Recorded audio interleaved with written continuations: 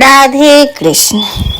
नमस्कार दोस्तों, अनुपमा भक्ति चैनल में आपका स्वागत है। दोस्तों, अभी जन्माष्टमी आ रही है, उनके बाल स्वरूप का मैंने कुछ वीडियो बनाए थे जो मैंने अपने चैनल अनुपमा भक्ति चैनल पे डाले हैं, वो आप देख सकते हैं। हम अभी कृष्ण से जुड़ी बातें करते हैं, तो कृष्ण की बात हो और उनके सबसे प्रिय यानी राधा की बात ना हो कैसे हो सकता है। कृष्ण का स्वरूप ही तो वृंदावन और गोकुल की गलियां राधा और कृष्ण के नामों से आज भी जाना जाता है। राधा और कृष्ण, कृष्ण का पहले नाम भी जब हम लेते हैं ना, तो पहले राधे कृष्ण कहते हैं। कृष्ण भगवान की जो माला जपते हैं, कृष्ण की भक्ति करते हैं, उनके पहले भी श्री कृष्ण यानी श्री राधा का ही नाम श्री है। और कृष्ण भगवान ने ये राधा को वचन दिया था, वरदान दिया था कि उनके नाम लेने से पहले अगर राधा का नाम लिया जाएगा तो वो और ज्यादा प्रसन्न होंगे, जल्दी खुश होंगे। वो अपना कहा, उनके नाम का भक्त को अपना टाल सकते थे, पर राधा की जो भक्ति करता है उसका कहा वो कभी नहीं टालते, वो जरूर पूरा करते।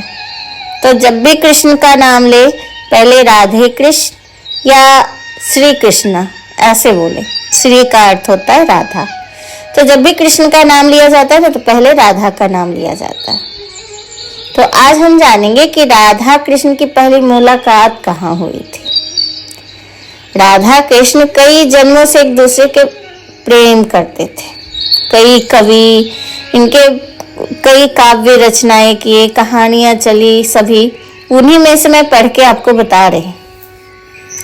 गोलोक में श्री राधा और कृष्ण साथ रहा करते थे, लेकिन जलने वालों की कमी नहीं होती है।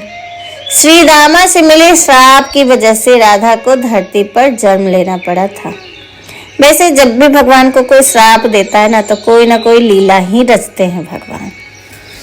तो पूर्व जन्म से ही राधा और कृष्ण के मिलन की जगह तय हो गई थी। धरती पर राधा कृष्ण पहले कहाँ मिले थे, इसके बारे में हम जानेंगे आज। राधा और कृष्ण के प्रेम को अद्भुत माना जाता है। माना जाता है कि राधा और कृष्ण कभी विवाह नहीं किए थे, लेकिन दोनों का प्रेम ऐसा था कि वो सांसारिक बंधनों से कहीं ऊपर था। राधा कृष्ण की आत्मा थी, उनके हृदय में वास करती थी। धार्मिक पुराणों और पुस्तकों में उल्लेख मिलता है। ब्रह्मा वैवर्त पुराण के अनुसार राधा कृष्ण गोलोक में एक साथ रहते थे, लेकिन गोलोक में श्री रामा के श्राप के कारण राधा कृष्ण अलग हो गए थे। उन्हें भूलोक में जन्म लेना पड़ा, यानी पृथ्वी पर। पुण्य जन्म के आधार पर श्री कृष्ण और राधा से पहले से ही तय कर लिया था कि पृथ्वी पर जन्म लेकर कहाँ मिलना है। राधा और कृष्ण के प्रेम को अटूट माना जाता है, अद्भुत माना जाता है।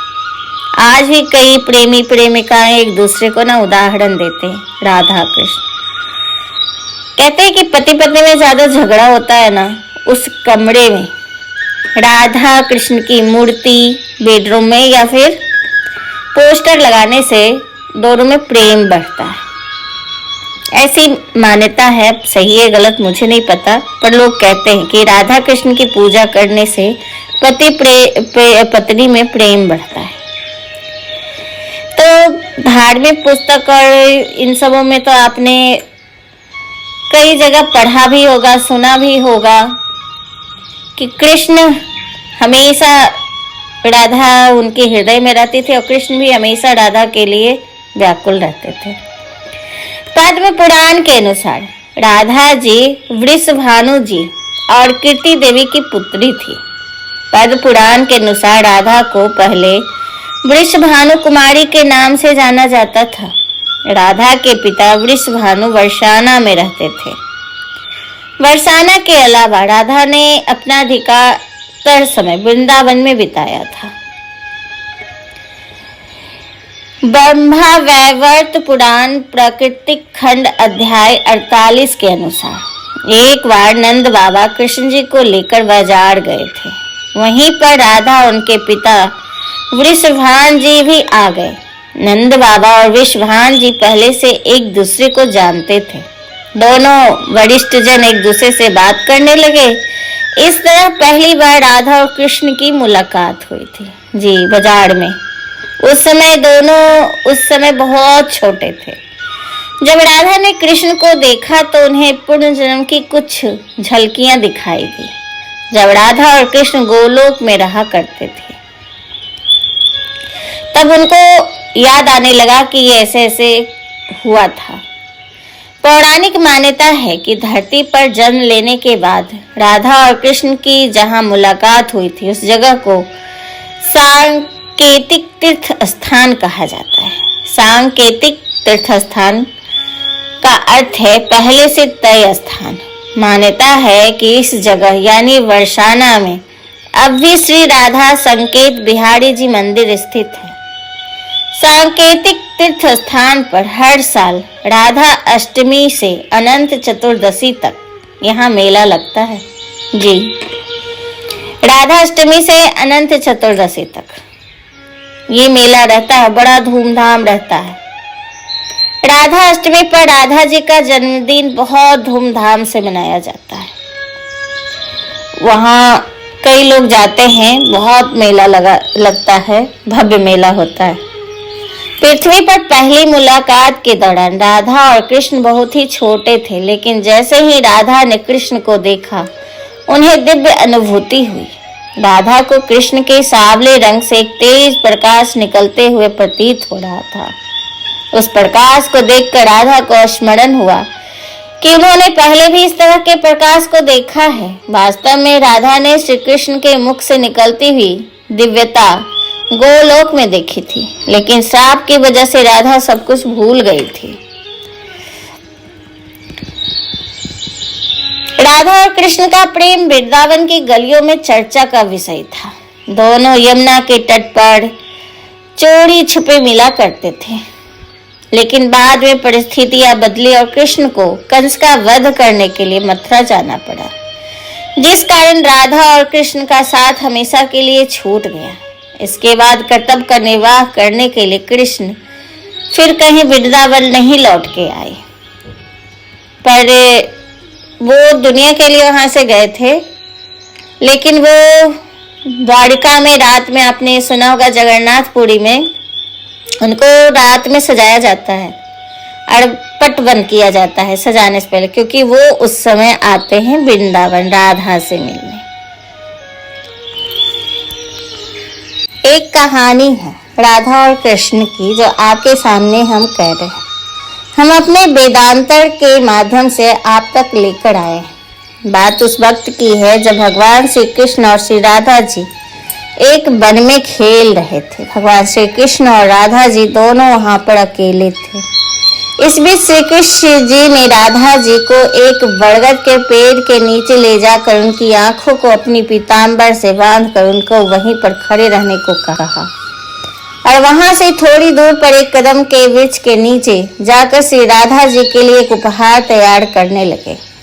कुछ पल ऐसे व्यतीत हुआ और थोड़ा विलंब होने लगा तो राधा जी बरगद के वृक्ष के पीछे से आवाज लगाई कि वो अब थोड़ी देर नहीं खड़ी हो सकती हैं और बोली कि मेरी आंखें दर्द कर रही है। तो इस पर भगवान श्री कृष्ण थोड़ा सा मुस्कुराए और वही कदम के वृक्ष के नीचे से जवाब दिया कि राधे बस कुछ पल के लिए अपना प्रतीक्षा कीजिए। उसके बाद राधा जी वहीं आंखें बंद करके प्रतीक्षा करती रही।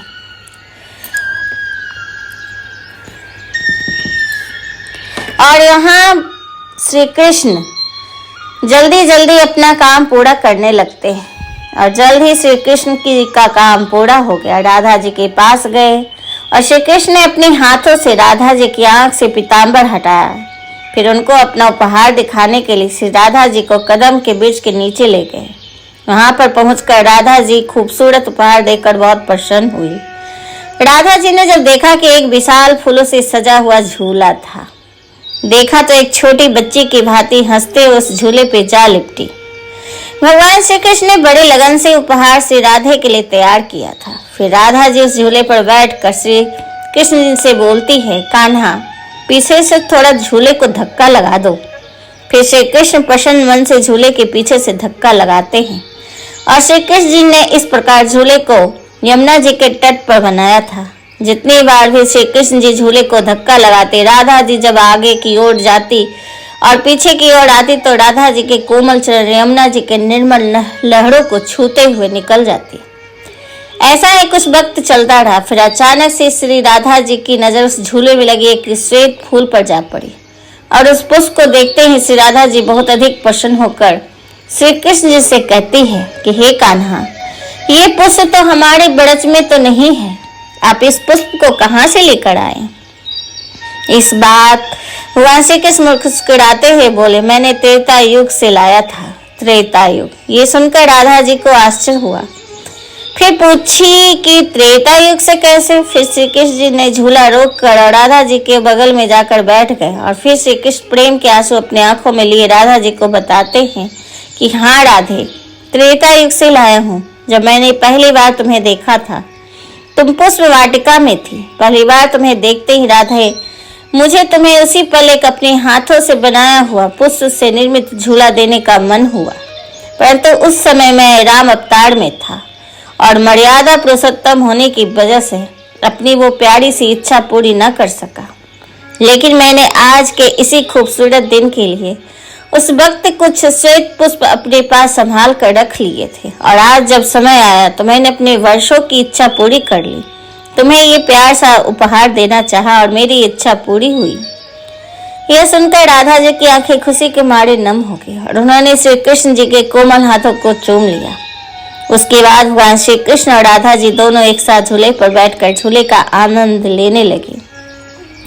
दोस्तों, मैंने ये प्रसंग इसलिए कहा कि राधा और कृष्ण सावन में झूला झूलते थे और इसी दिन से ये प्रथा चालू हुई है कि सावन में पति पत्नी या सारी लड़कियों का झुंड विशेषकर झूला लगाते हैं और झूलते हैं उन्हीं की याद में।